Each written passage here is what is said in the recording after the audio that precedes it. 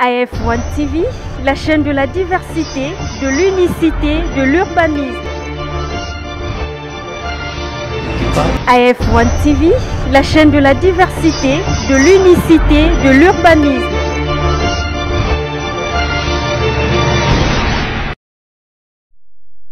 Et je voulais ramener cette auguste assemblée à la conscience pour que nous dotions à ces pays une loi qui ne sera pas une loi parce qu'elle doit seulement être appliquée à nous qui sommes présents et que ceux qui viendront après nous puissent se dire toujours il faut refaire des lois. Soyons conscients. Je l'ai dit pour ce qui concerne la suppléance.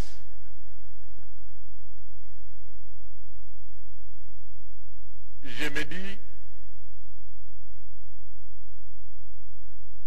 il faut que chaque député ait son suppléant ou désigne son suppléant. C'est que je souhaite. C'est bien beau. Regardons un peu de cette législature. Père, député, demain sénateur, le fils remplace, père nommé ministre et sa femme qui remplace. Moralité, c'est quoi? C'est ce qui fait que je puisse dire toujours que les idéaux ne font pas,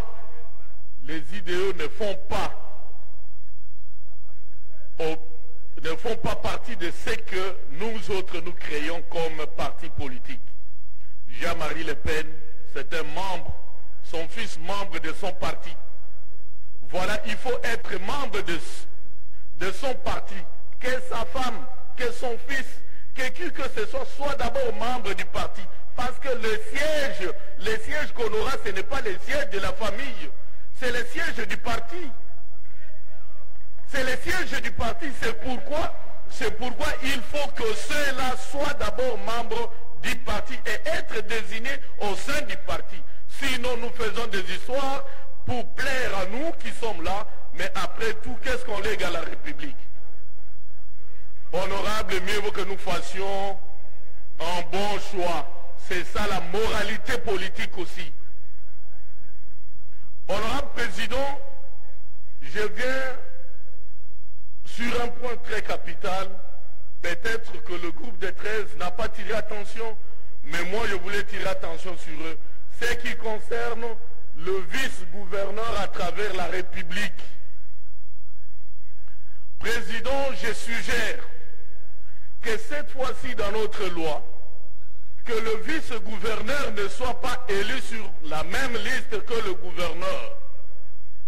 Pourquoi? Parce que pour ce qui est des sanctions, la Constitution l'a dit, chacun répond à ses actes. Parce que chacun répond à ses actes. Pourquoi alors on préfère que le vice-gouverneur soit voté sur même liste que le gouverneur? Je préfère qu'on puisse les voter aussi séparément, pour que chacun puisse répondre à ses actes.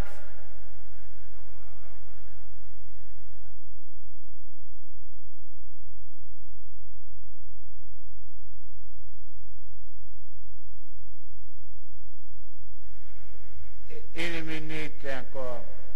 Merci, Honorable Président, de votre confiance sur notre modeste personne.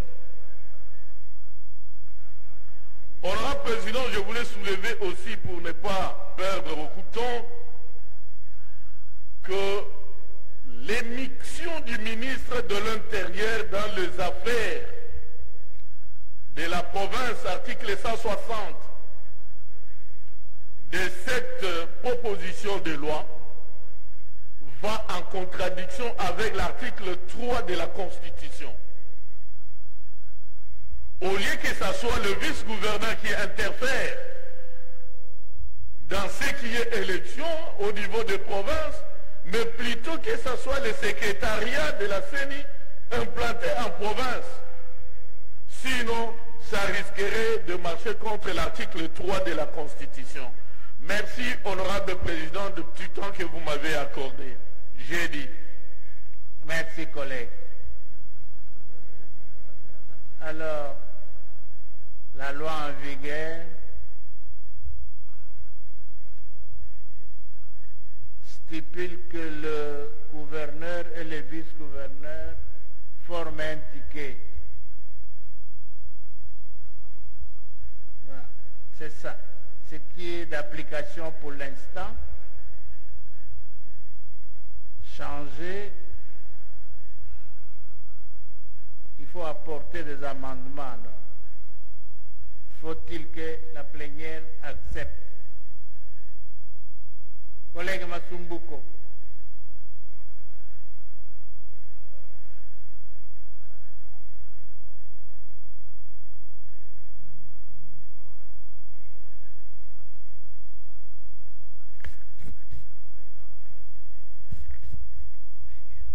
Que l'honorable Pakala se prépare. Honorable Président, honorable membre du bureau, estimés collègues, de prime abord, j'ai joint ma voix à ceux qui m'ont précédé pour féliciter le G13 et rendre hommage au collègue Thomas Lokondo, que j'appelais affectueusement coach. Je m'en vais donc résumer mon point de vue en suivant les débats depuis la fois dernière. Honorable Président, j'ai remarqué que vous êtes parmi nos alliés. Voilà pourquoi je vais aborder que l'article 9, la prise en compte de la dimension genre. Parce qu'en 5 minutes, je ne saurais pas aborder les autres points, à moins que vous allez me permettre d'intervenir encore l'autre fois. Honorable Président, la prise en compte de la dimension genre, c'est un objectif du millénaire. C'est notre Constitution qui le dit. Honorable Président, chers collègues, questionnons un peu le chiffre. En 2006, nous avions à peine 40 femmes, 8%, 7,5 à 8% des femmes ici, en RDC. En 2011, c'était 48. On nageait autour de 9, quelques pourcentages. Aujourd'hui, nous sommes à 60 femmes au Parlement sur 440 hommes. C'est injuste. Vous allez les dire, vous allez me poser la question pourquoi. Collègue, suivez. Justement, si nous questionnons les mêmes chiffres dans les pays qui nous entourent, nous avons l'Angola, nous avons l'Ouganda, nous avons le Burundi, nous avons le Rwanda, pour ne parler que de cela. C'est plus de 30%, c'est plus de 40%, c'est plus de 50%. Qu'est-ce que les autres ont fait?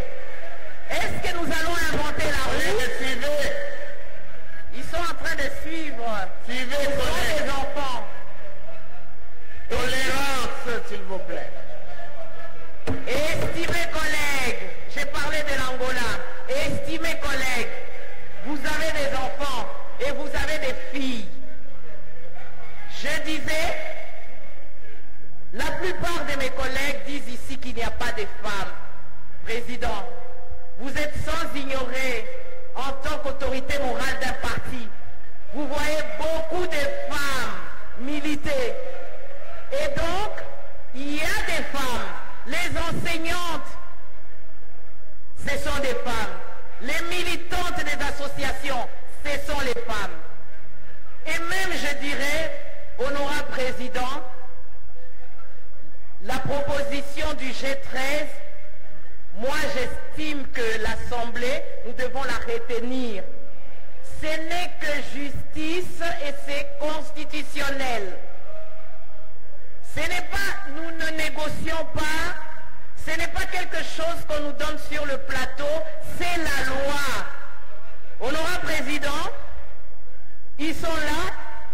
diront pas que je suis venu parce qu'on m'a donné sur le plateau. J'ai concouru. Là, nous sommes sur la présence des femmes sur des listes, les amis. Ce n'est pas encore la campagne électorale. Voilà. La présence des femmes sur les listes doit être contraignante. Sinon, pourquoi on fait les lois sans les rendre contraignants? Honorable Président, Collègue, silence. je sais que vous êtes notre seul allié et je sais que le Président de la République, c'est aussi un allié genré.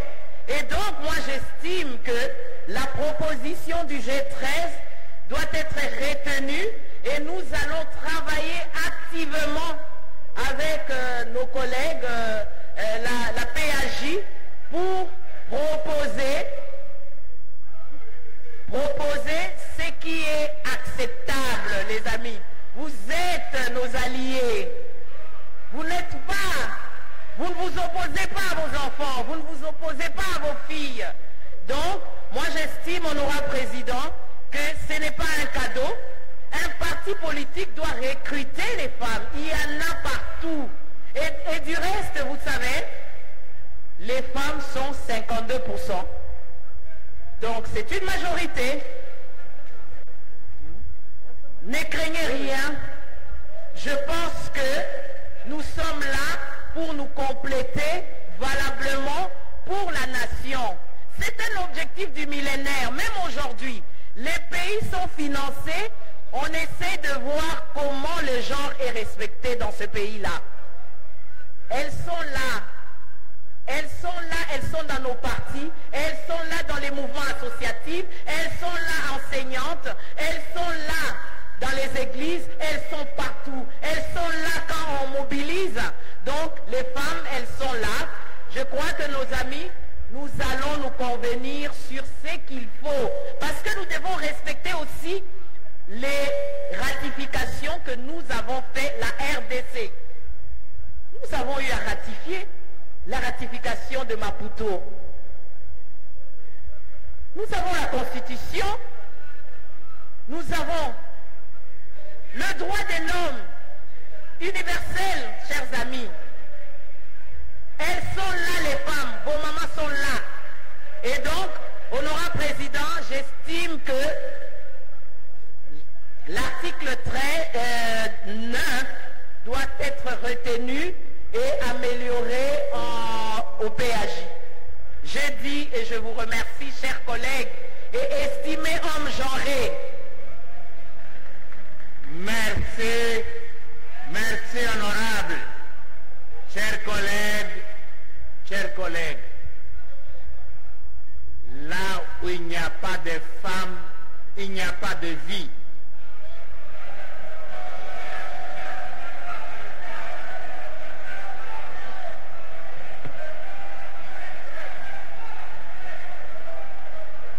Chers collègues, il y a 5 ans, elle a dit 52, mais c'est 54. 54% des femmes dans ce pays. Ceux qui nous votent, ce sont des mamans, ce sont des jeunes filles. Alors arrêtez de devenir de plus en plus macho. Arrêtez. Nous mettrons la parité sur nos listes.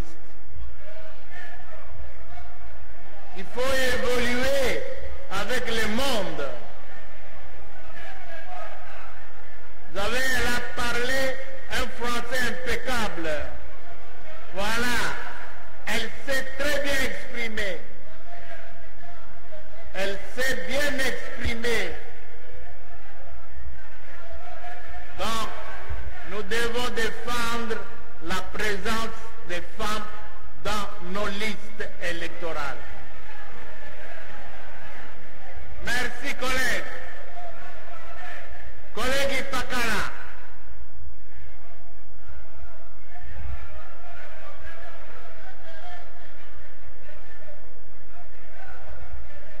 Lelo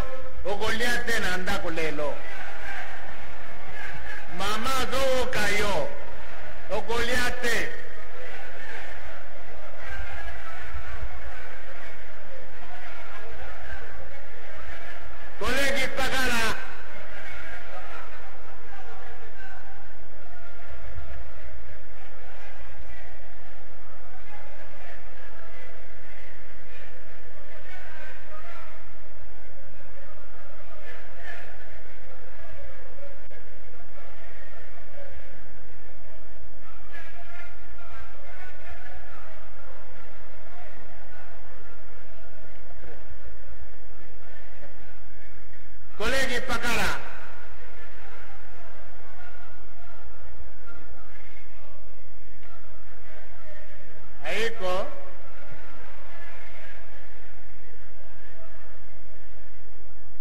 Honorable Yama Zoli.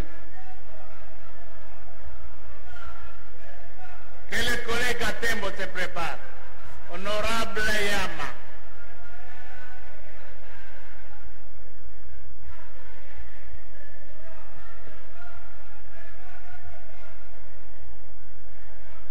Fungula banga motima mama baoka kate.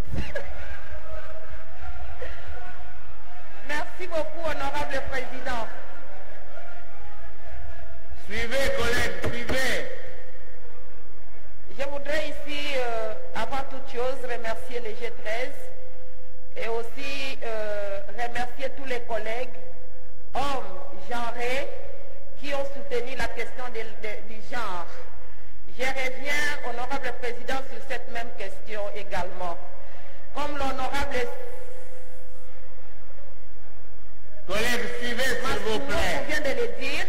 Honorable président, je soutiens la position du G13 en ce qui concerne la prise en compte de la parité homme-femme, qui du reste est garantie dans la loi mère. En effet, honorable président, la RDC évolue dans un monde où elle a signé des traités internationaux. En plus, la Constitution garantit cette question de parité. C'est pourquoi l'application de la loi des lois en RDC est plus qu'une question de nécessité et la parité homme-femme ne peut souffrir d'aucune exception, président. Que dire de la discrimination positive? Honorable président, vous savez qu'il y a une discrimination positive. On parle de l'équité.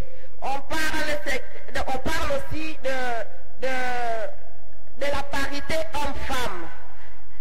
Ça s'applique déjà, cette discrimination positive, ça s'applique déjà dans d'autres États présidents. Tel qu'en Tanzanie, nous savons qu'il y a un quota qui est réservé au président de la République à raison de 10%. Et aussi au Maroc, le roi aussi a un quota qu'il a réservé aux femmes qui nagent aux alentours de 30%. Déjà au niveau de 30% de quotas qu'on a réservés uniquement aux femmes, honorable président. Moi je trouve ça injuste qu'ici en RDC, surtout dans cette représentation du peuple, que les gens ne reconnaissent pas qu'il faut que les femmes soient représentées sur les listes. Président, là nous ne parlons que des listes et pourtant dans d'autres États, on parle d'un quota même qui est réservé. Un quota. Quand les hommes argumentent ici pour dire, par exemple, qu'il n'y a pas de femmes pour aligner sur les listes, c'est faux, honorable président. Parce que tous les hommes qui sont ici, ils ont au moins une femme ou deux. Oui. Il n'y a aucun homme ici dans cette salle qui a moins d'une femme. Ça signifie que les femmes sont nombreuses. Aujourd'hui qu'il n'y a pas de femmes, parce que tous les hommes qui sont ici, ils ont plus d'une femme dans cette salle. Ça signifie que nous sommes nombreux et que nous pouvons aussi être représentés sur les différentes listes, président.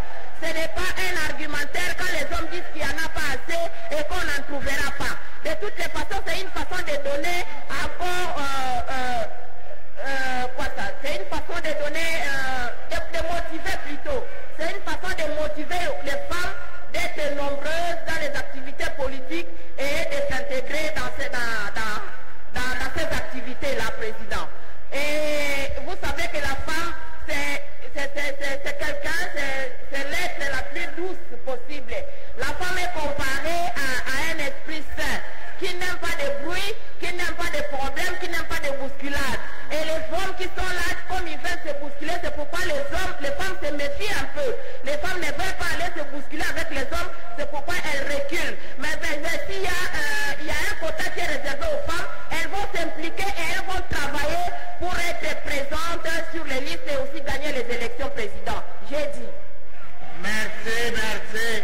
Il faut l'applaudir. Il faut l'applaudir. Applaudissez. Merci, honorable Yoma.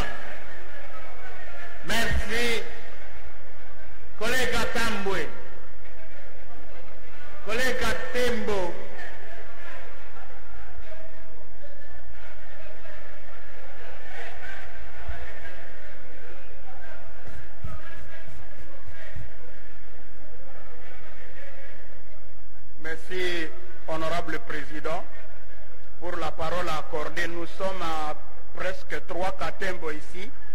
Moi, c'est Katembo Tadé. C'est ce prénom qui permet de ne pas me diluer parmi les autres. Honorable Président, honorable membre du bureau, honorable député, estimés collègues, je prends la parole à l'occasion de ce débat général pour remercier d'abord l'équipe par rapport au travail abattu, et c'est avec main au cœur que je le fais une mémoriam à l'un d'entre les auteurs qui n'est plus. Je vais parler de l'honorable Harry Thomas Lokondo. Le travail est bien présenté car il nous résume d'une façon détaillée les innovations. Et l'addendum nous donnait sous forme de dépliants, nous donne les avantages de chaque innovation. C'est pourquoi, honorable Président, il n'y a aucune parcelle d'échappatoire pour ne pas voter massivement pour cette proposition. Il n'y a rien qui fâche dans la globalité de cette loi. Et rien donc ne justifie que certains d'entre nous puissent se mettre en quarantaine lors de ce débat.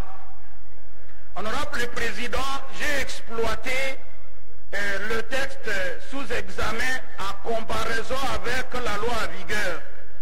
Et globalement, j'ai trouvé que la modification n'a touché que quelques 39 articles partant de l'article 10 et d'autres sont supprimés et bien d'autres sont ajoutés. Mais, honorable Président, l'exploitation comparée de deux textes a révélé qu'il y a encore d'autres qui nécessitent des modifications. À titre illustratif, je donne 2 exemples. L'article 2 du premier texte, qui n'est pas concerné par la modification dans les dispositions préliminaires, je considère qu'il doit être aussi modifié. La CENI doit être responsable principal des contentieux, puisqu'on semble arrêter la responsabilité de la CENI à la proclamation des résultats. Je voudrais qu'on ajoute aussi dans la gestion des contentieux, puisque c'est inconcevable, honorable Président, qu'un élève qui estime que son maître de classe a proclamé l'autre à sa place puisse s'attaquer à son collègue. La responsabilité devrait revenir à la CENI et non au candidat proclamé. Quelle infraction doit-on qualifier chez le candidat sauf en cas de fraude avérée? Le candidat ne s'autoproclame pas comme élu. Alors comment lui demander de produire des PV alors que même à l'école, les PV de délibération sont gardés par les jurys? Responsabiliser ici la CENI serait un remède à la manipulation des résultats et à la vague des validations à laquelle nous avons assisté. Ainsi, l'innovation 16 devrait considérer aussi la sanction des responsables de la CENI en cas de manipulation des résultats. Honorable Président, il y a aussi l'article 119 dans le texte précédent, non modifié, mais aussi non supprimé. Le fait que cet article n'est pas concerné par les modifications, ça plaide pour l'attribution de sièges aux listes et non aux individus. Et c'est ce que je viens soutenir, l'attribution de sièges aux listes. Et donc, notre proposition de loi porte des contradictions. Au niveau du dernier alinéa de cet article, il est dit qu'en cas d'égalité de voix entre les listes, le siège est attribué au candidat le plus âgé. C'est incomplet, car il peut aussi arriver que les 2 listes, ou même 3, puissent avoir des candidats le plus âgés, mais ayant le même âge. Et qu'est-ce qu'on doit faire dans ce cas-là? Honorable Président, une deuxième observation, l'actuelle proposition souffre quelque part des erreurs qui avaient échappé à l'examen du texte précédent. J'ai ici l'article 45 qui fait référence à l'alinéa 8. Dans le texte précédent, honorable président, l'alinéa 8 n'existe pas. L'alinéa 8 n'existe pas. Il ne s'agit que d'une redondance qui n'avait pas été corrigée à l'époque. En effet, l'alinéa 6, 7 et 8 sont redondants aux alinéas 3, 4 et 5. Il faudra en réalité parler de l'alinéa 5 et non de l'alinéa 8 qui n'existe pas en réalité. Enfin, honorable président, s'il faut tenir compte des autres propositions,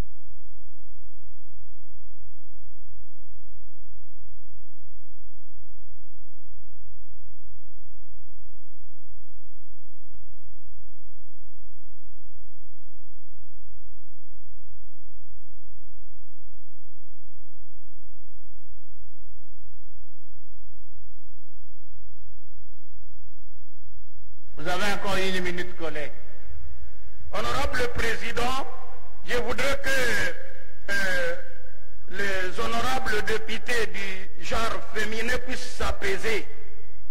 Les pays où la femme a déjà émergé, ce sont des pays aussi où la femme a refusé la dot. C'est l'exemple des îles Philippines où j'ai séjourné, il n'y a pas de dot. Et l'absence de dot donne la valeur à la femme. Je voudrais que donc ici on ajoute, en dehors de l'équilibre genre, qu'on mette aussi l'équilibre par rapport aux personnes vivant avec handicap et aux populations autochtones. Puisque du haut de cette tribune, dans cette plénière, nous avons déjà discuté deux lois. La loi portant promotion des personnes vivant avec handicap et la loi portant promotion des populations autochtones, j'ai dit. Merci, collègue. Collègue Ntumba Chabola. Collègue Ntumba Chabola, que les collègues Mbanga Manzimu se préparent.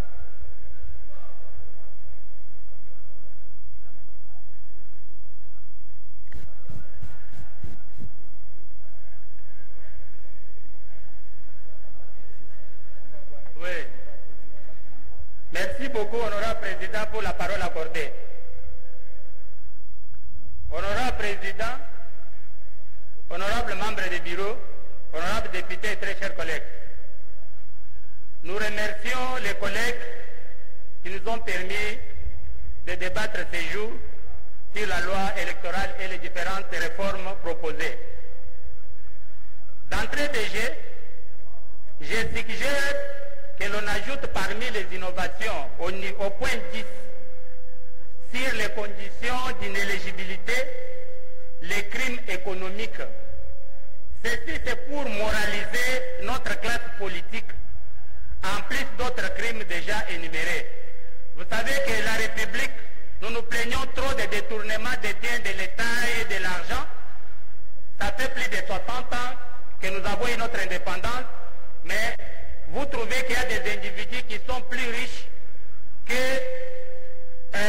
la République elle-même pour avoir détourné les biens de l'État. Et ceci doit être érigé en loi pour les empêcher à ne pas voler encore l'argent de l'État. Ma deuxième suggestion est en rapport sur les innovations et de limiter le temps de création des partis politiques. Jusqu'à la veille des élections, vous avez l'échéance de 2018, il y a eu 200 ou 300 partis politiques créés à la veille des élections.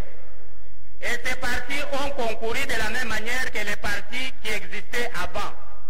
Cette pratique ne doit pas être tolérée pour les échéances futures.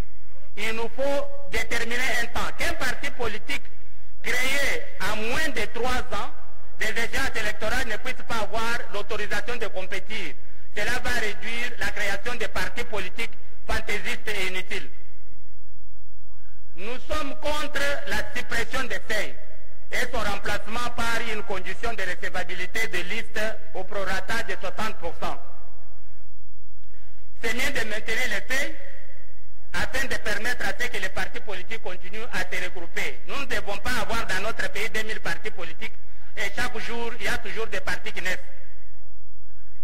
l'abandon au proportionnel et l'adoption du scrutin majoritaire simple. Nous soutenons la proportionnelle comme l'ont dit certains de nos collègues, car notre pays sort d'une situation difficile. Il faut que toutes les couches sociales soient représentées à l'Assemblée nationale. Je reviens sur l'article 121. Au 4e paragraphe, sont joints à la déclaration de candidature les pièces ci-après. Au point 3, un récépissé de paiement des frais de dépôt de candidature par liste ou par candidat indépendant. Une caution non remboursable de 1 600 000 francs par siège. Étant donné que la loi sur le financement des partis politiques n'est pas encore mise en œuvre, et aussi pour ne pas laisser l'exercice de compétir aux échéances électorales rien qu'aux riches, nous proposons que la caution d'argent soit remplacée par un parrainage ou le soutien des candidatures par 1000 électeurs de votre circonscription électorale avec les preuves de leur carte d'électeur. Quant à l'utilisation des machines à voter, nous plaidons pour leur maintien, mais tout en maintenant le système hybride, c'est-à-dire la machine à voter et les bulletins de vote. Mais renforcer les sanctions pour chaque candidat ou son équipe qui sera surpris avec une machine à voter à son usage personnel. Honorable Président, honorable député, très chers collègues, vous savez que pendant les élections de 2018, il y avait des candidats qui avaient des machines à voter dans leur maison. Et ils ont utilisé ces machines-là. Nous les avons surpris quand ils allaient pour déposer les données à l'antenne de la CENI. Alors nous ne voulons plus que ces pratiques-là se répètent, que les candidats surpris avec la machine à voter soient immédiatement radiés de la liste des personnes devant compétir. Donc les machines à voter doivent rester l'apanage de la CENI et non pas des candidats, pour donner la chance à tout le monde. Je voudrais savoir, pour terminer, nous attirons l'attention de l'Assemblée nationale par rapport à l'article 55 terre, qui stipule qu'il ne peut être appliqué le vote électronique dans le cadre d'un système électoral ou pour un scrutin qu'après homologation de la loi du système proposé par la CENI est intégré comme en annexe à la présente loi. Sur ce, je voudrais savoir auprès des collègues si la loi d'homologation du système électronique est déjà disponible. Sinon, quand est-ce qu'elle sera disponible? Déposer, débattre, promulguer. Avons-nous l'état matériel pour cela? Et cela ne retardera-t-il pas les élections si nous optons pour les élections, pour les votes électroniques? J'ai dit, Monsieur le Président. Merci, collègue. Merci. Collègue Mbanga.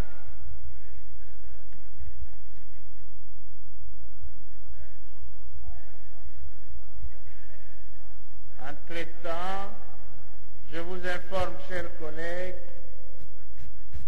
que la liste de présence nous renseigne qu'il y a 320 députés dans l'hémicycle.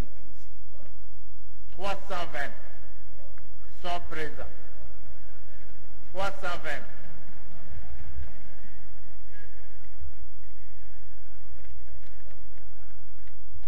Merci.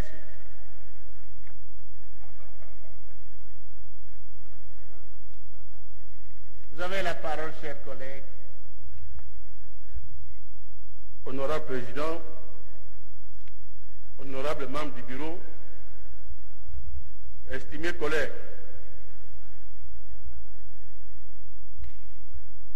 j'ai l'avantage de prendre la parole pour remercier dans un premier temps les collègues auteurs de cette proposition de loi électorale. Je crois que c'est le moment d'interpeller aussi les collègues de l'opposition qui ont choisi d'utiliser leur liberté en séchant ces séances ici. Je crois que je vais user de ma liberté pour leur demander de rentrer, parce que c'est le moment d'en débattre, pour éviter ce que nous lisons ici, des crises politiques récurrentes dont l'une des causes fondamentales est la contestation de la légitimité tant des institutions que des animateurs. Je leur demande de rentrer. Pourquoi? C'est le moment qu'eux viennent exposer leurs prétentions afin que l'on puisse en débattre solennellement.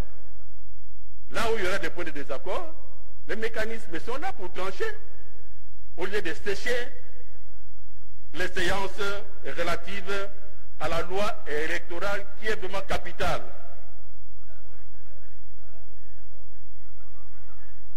Cela étant, Président, j'en viens à mon premier point d'intervention, l'élection de gouverneurs. Au second degré, cela était toujours comme ça. Au sein de l'Assemblée provinciale, cela l'a toujours été. Mais là où je voudrais un peu manifester mon désaccord, c'est le parrainage. Le parrainage, Président, cela risque de donner l'impression d'aller à l'encontre de l'article 13 de la Constitution, article relatif à la liberté des citoyens, aux droits des citoyens. Qu'on laisse les députés, qu'on laisse les indépendants choisir leur gouverneur en toute liberté. Cela est de même pour les sénateurs. Pourquoi vouloir limiter les choix des sénateurs seulement au niveau des députés provinciaux? Pourquoi? Tous les députés provinciaux n'ont pas de capacité pour diriger la province. Il y a des citoyens qui sont capables, qui ont des capacités pour le faire, mais qui n'appartiennent pas, qui ne sont pas candidats députés provinciaux. Qu'on accorde à ces candidats-là la liberté, l'occasion de postuler, de devenir gouverneur.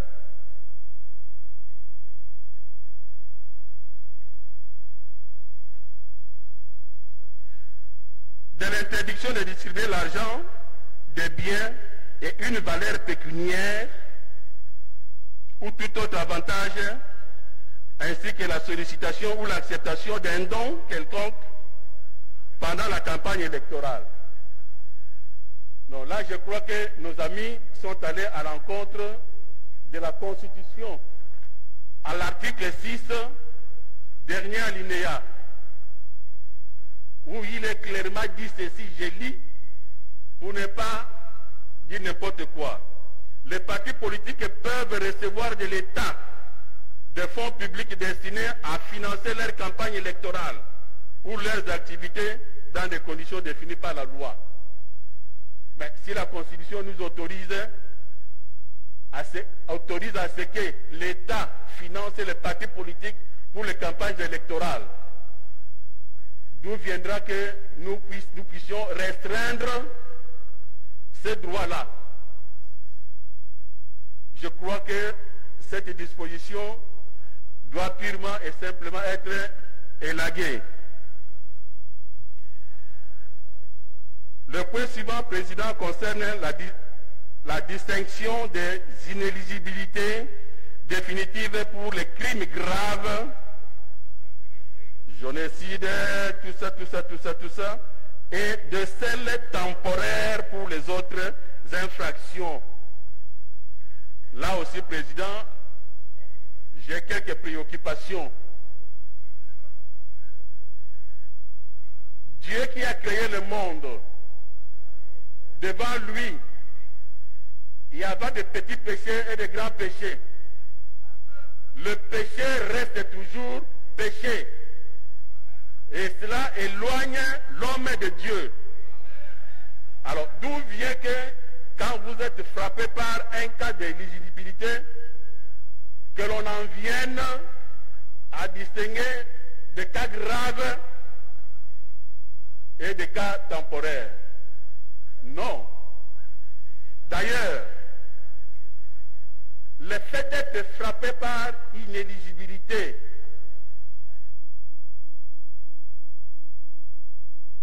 en Merci beaucoup, Président. Que cela soit définitif. Pourquoi? C'est éducatif. Éducatif pourquoi? Quand on saura que toute condamnation conduit à l'inéligibilité. Là, ça va mener les citoyens à bien se comporter dans la société. Ils ne vont plus se permettre de déposer n'importe quel acte. Sauf qui au pays n'a même pas inéligibilité, papa, et Sili, au baby. Faut pas cas grave, cas moins grave, temporaire ou définitif, non. Inéligibilité, qui qu'elle va n'a ndenge wana, qui wana yo.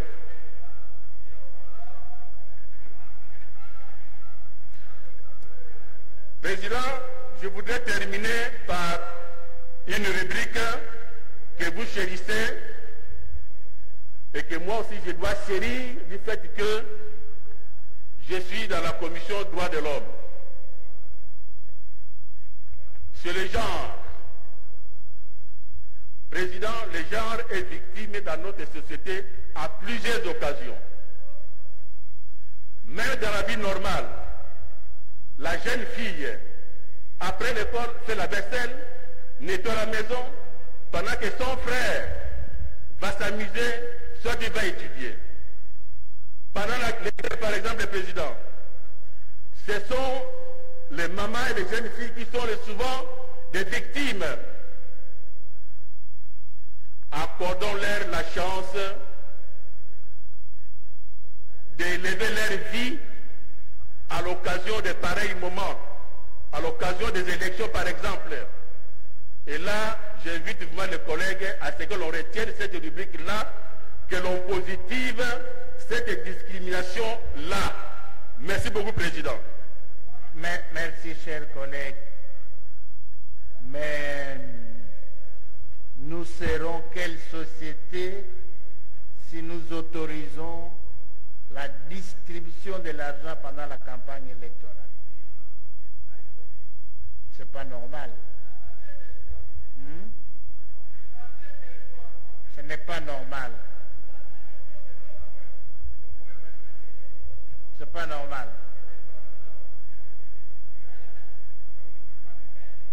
C'est pas normal ça. C'est toujours interdit. Il faut que ça soit interdit et même renforcé. Oui. Oui.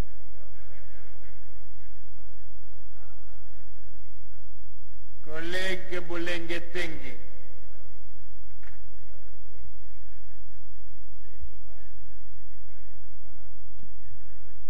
Les collègues Kitenge se préparent.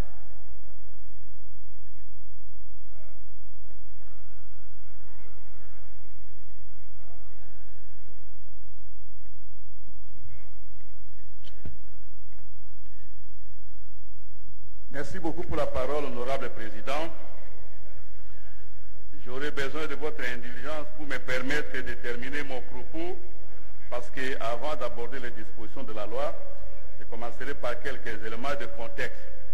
D'accord, collègue. Honorable Président de l'Assemblée nationale, honorable membre du bureau, honorables députés et chers collègues, ces débats et surtout les modifications qui vont être apportées à la loi électorale peuvent être perçus comme un test, un des plus significatifs de cette législature, susceptible de témoigner du sérieux de cette représentation nationale, ou au contraire de faire la démonstration d'un nouveau gâchis qui pourrait s'ajouter à toutes les trahisons frisant l'idiotie qui ont caractérisé les élites de ces pays pendant plus de 60 ans, au point de faire d'une terre bénie de Dieu un pays de misère.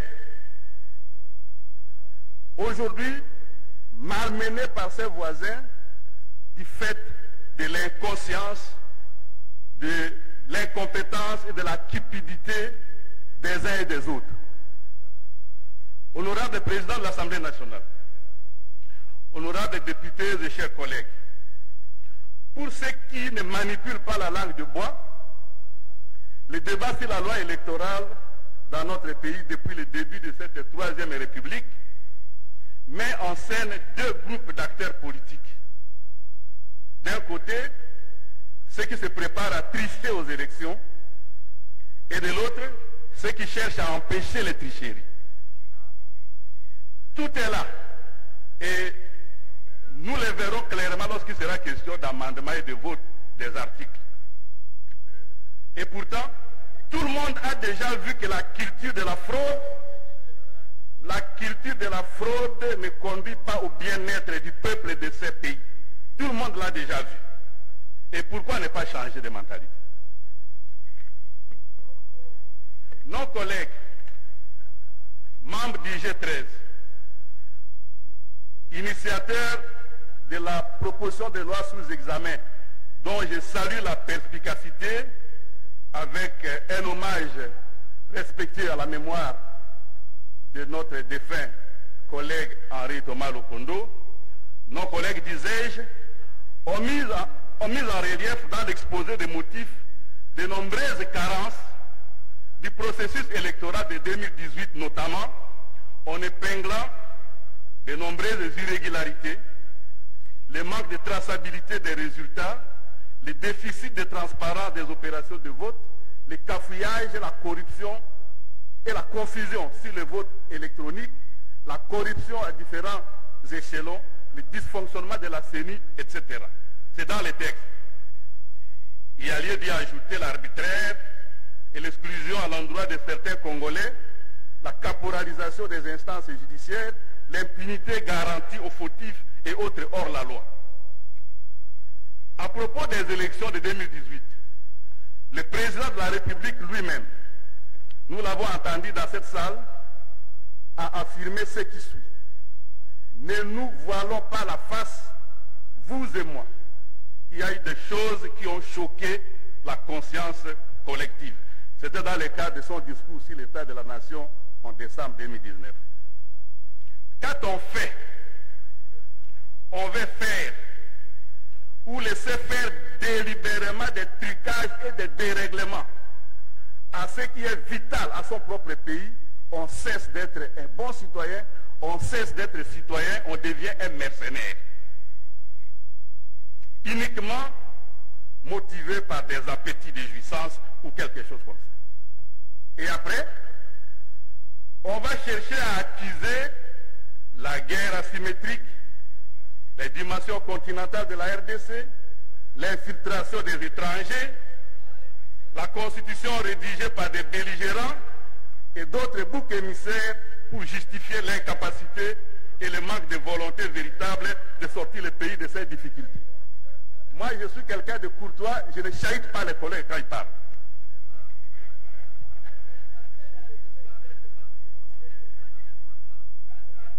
Ça, c'est le contexte dans lequel nous travaillons.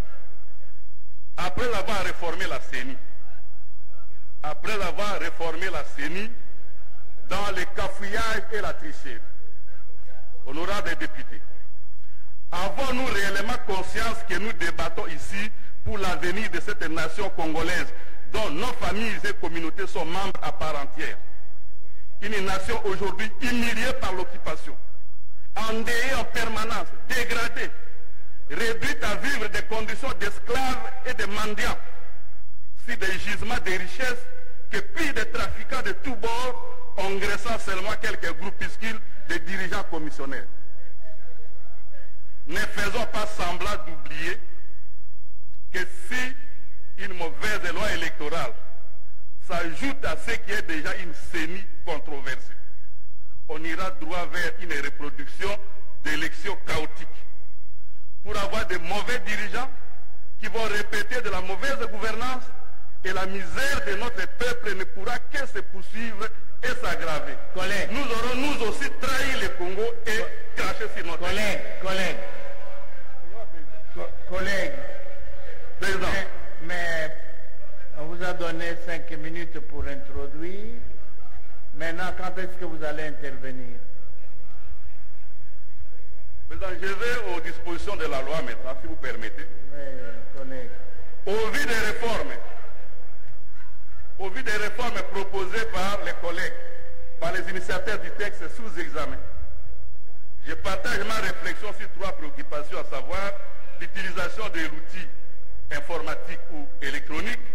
la problématique du genre et des discriminations, la question du seuil et des planchers de liste. En ce qui concerne l'outil électronique, en 2018, ce sont des dispositions obscures de la loi électorale qui ont facilité à la CENI de flouer toute la nation, en imposant aussi bien l'utilisation de la machine à voter qu'une proclamation des résultats sortis de nulle part sans la moindre compilation. Ne répétons pas la même musique. Voici quelques dispositions en cause. Article 47 de la loi actuelle, alinéa 1er. Le vote s'effectue soit au moyen d'un bulletin papier, soit par voie électronique. Ça, c'est la porte d'entrée. Article 55, alinéa 2. En cas de vote électronique, là les choses sérieuses commencent, les formalités sont fixées par une décision de la Commission électorale nationale indépendante. Article 63, alinéa 9. Les modalités de compilation des résultats en cas de vote électronique sont arrêtées par une décision de la Commission électorale nationale indépendante. Article 67, 10. La Commission électorale nationale indépendante prend des dispositions utiles pour une transmission rapide et sécurisée des résultats, etc.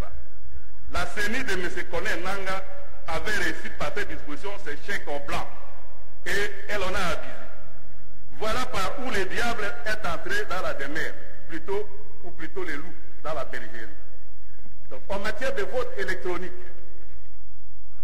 les options doivent être arrêtées dans le sens de ce qui est proposé par les initiateurs de la proposition de loi actuelle. La transparence du processus électoral et le rejet de toute forme d'opacité sont nécessaires. L'encadrement strict de l'utilisation de la machine à voter et une meilleure combinaison des aspects manuels et électroniques dans la votation, le décompte et la transmission des résultats sans introduire de nouvelles innovations ou complications, quel que soit le motif.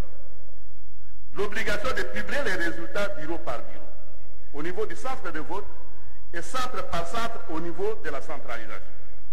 L'obligation de remettre des PV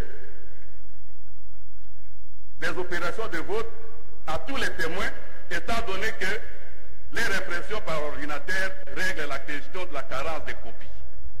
Le renforcement de la responsabilité et des sanctions sévères à l'endroit du chef de la CENI et de ceux qui interviennent dans la transmission et la centralisation des résultats pour tout tripatouillage et autres actes répréhensibles posés.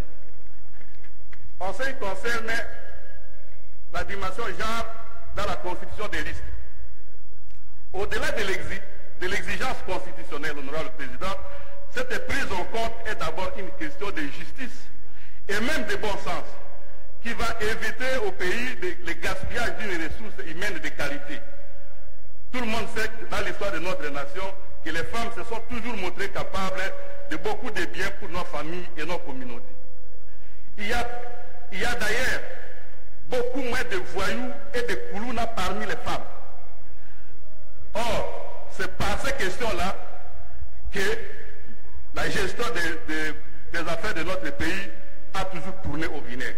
Donc, nous avons donc intérêt à encourager les partis politiques à susciter des vocations féminines dans les rangs et obtenir par exemple qu'au moment de la compétition électorale de 2023, qu'il y ait au moins 40% des femmes sur les listes aux élections locales, peut-être 30% aux élections provinciales, 20 à 25% aux législatives nationales et progresser par la suite d'une législative à l'autre jusqu'à la vraie parité. Il faut également considérer que l'égalité des Congolais devant la loi et les opportunités que notre pays nous offre est l'un des meilleurs gages de cohésion et de concorde nationale.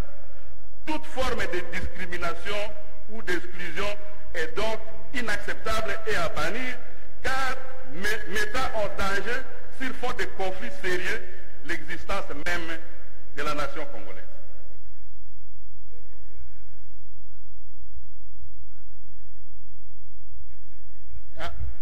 Vous avez terminé? Encore une minute. Pour cette minute, honorable président, je dirais ceci.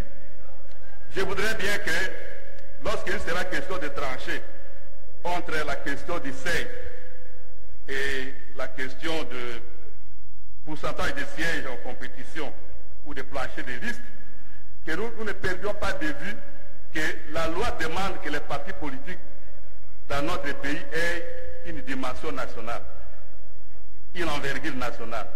Et que nous sommes en train de construire une seule et même nation congolaise. Nous avons intérêt à nous encourager, à apprendre, à nous mettre ensemble, à travailler ensemble, plutôt qu'à nous disperser. Ma conclusion est que, Honorable Président, de notre point de vue, les lois du peuple congolais doivent cesser d'être cousues comme des costumes sur mesure au gré des appétits des uns et des autres. Ce sont là les quelques éléments de réflexion que j'ai voulu partager. Alors, collègues, merci, vous avez terminé, mais moi je voudrais faire une observation.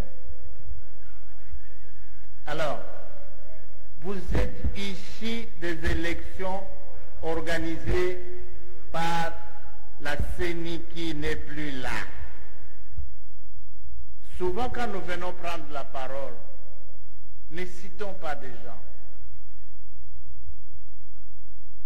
Ne citons pas des gens. Nous aurions dû dire qu'on ne va plus participer, on n'est plus député. Mais vous êtes député, vous êtes issus de ces mêmes élections. Et les collègues nous proposent un texte pour corriger ce qu'il faut corriger. Vous venez, vous faites toute une litanie sur ce qu'il y a eu comme erreur. Mais alors pourquoi est-ce que le texte a été proposé? Ça a été proposé pour corriger tout ça. Alors, quand vous venez, allons de l'avant. Ne citons pas inutilement les noms des gens. Nanga n'est plus là. Nanga n'est plus là, ce n'est pas juste. Il est parti, vous venez, vous le citez, lui n'a pas l'occasion de venir sur ce perchoir se défendre. Alors là, en ce moment-là, moi je perds la tête, parce qu'en principe, s'il était là, j'aurais dit lui demander de venir se défendre. Ne le faites pas comme ça. Mes collègues, ne venez plus citer des noms des gens. Restons dans la loi. Les élections ont eu lieu et nous sommes là. Nous sommes les fruits de ces erreurs-là. Vous en bénéficiez. Quand vous venez raconter des histoires, ce n'est pas correct. Ne venez plus raconter des histoires.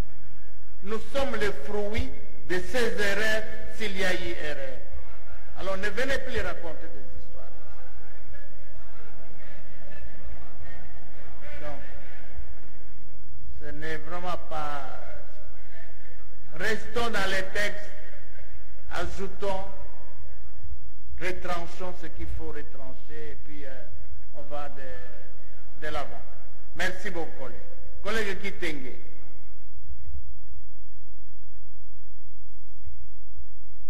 Que le collègue Kiro se prépare.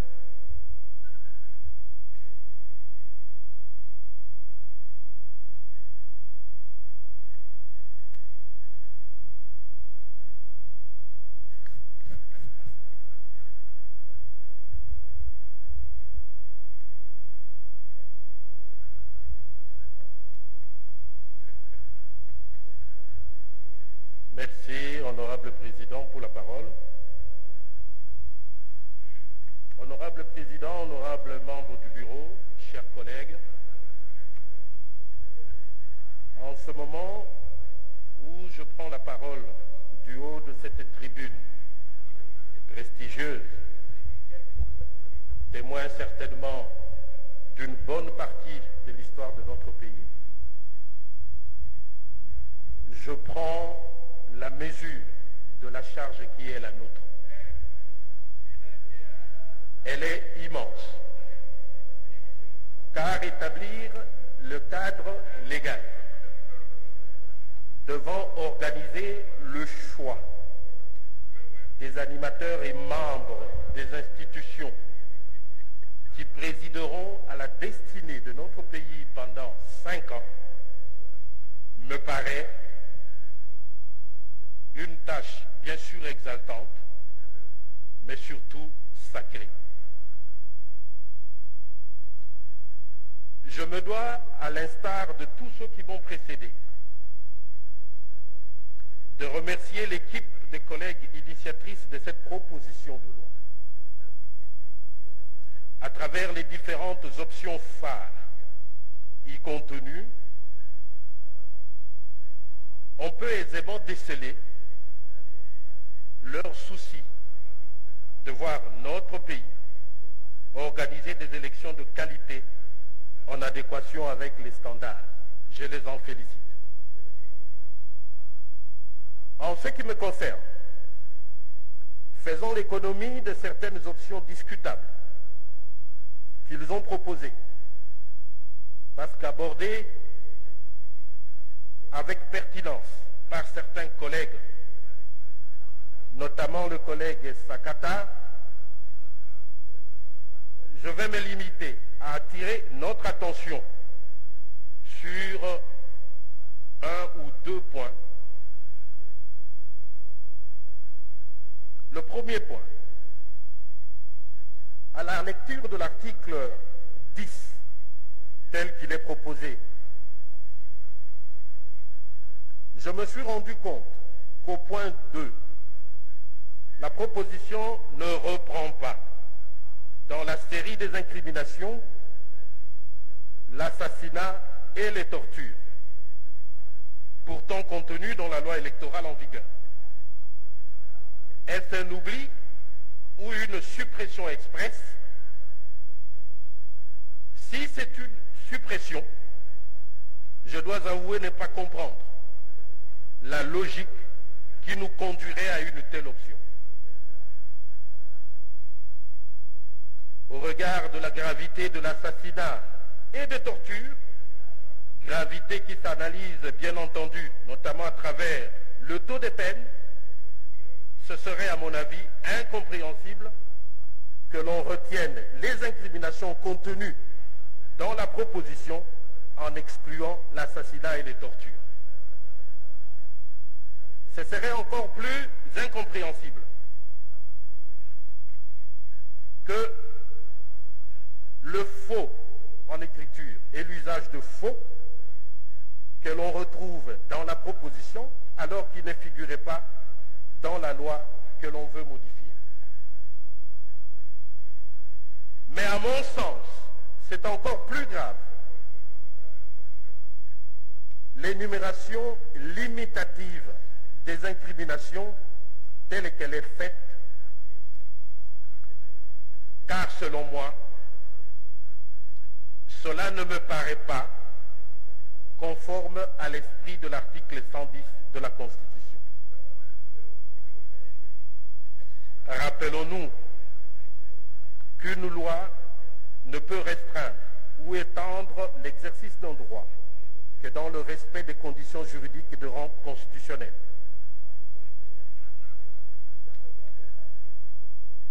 Si vous permettez, je voudrais lire cet article 110 de la Constitution.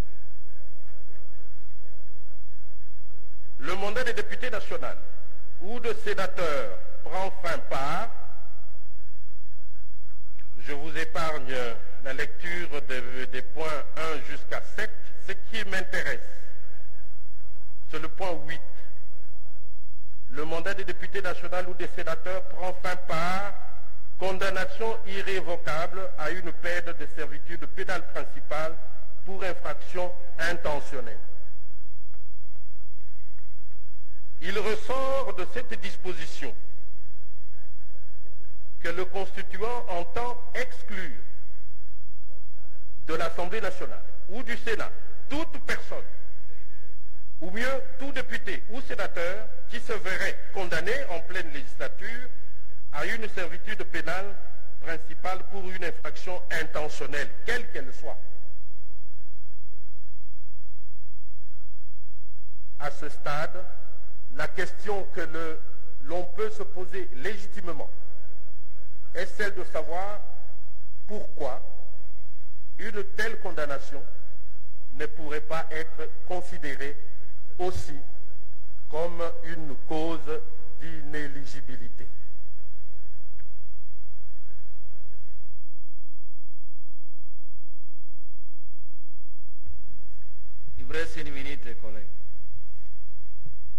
Merci, Président. Lorsque on regarde cette série d'incriminations, on peut se demander effectivement, pour quelqu'un qui est coupable d'un vol à main armée ou d'association de malfaiteurs, celui-là ne serait pas concerné par ça. Avouons-le quand même que c'est difficilement explicable. En deuxième point, il y a un bout de phrase qui a attiré mon attention. Certains collègues sont revenus là-dessus, peut-être sous un autre angle. Le bout de phrase qui est ainsi libellé pour la période de leur condamnation. C'est toujours à l'article 10.2. Cela semble vouloir dire qu'une personne condamnée pour viol, exploitation et autres, une fois qu'elle purge sa peine, ou dont la peine est prescrite, recouvre de ce fait le droit de se porter candidat, député, national ou sénateur. À mon avis, une telle option pourrait être interprétée comme une volonté délibérée d'alléger les conditions d'accès à ces prestigieuses fonctions qui pourtant, à mon avis, semblent plutôt avoir besoin d'affermir justement son prestige ou leur prestige. De plus, l'accès aux fonctions publiques dans notre pays... AF1 TV, la chaîne de la diversité, de l'unicité, de l'urbanisme. AF1 TV, la chaîne de la diversité, de l'unicité, de l'urbanisme.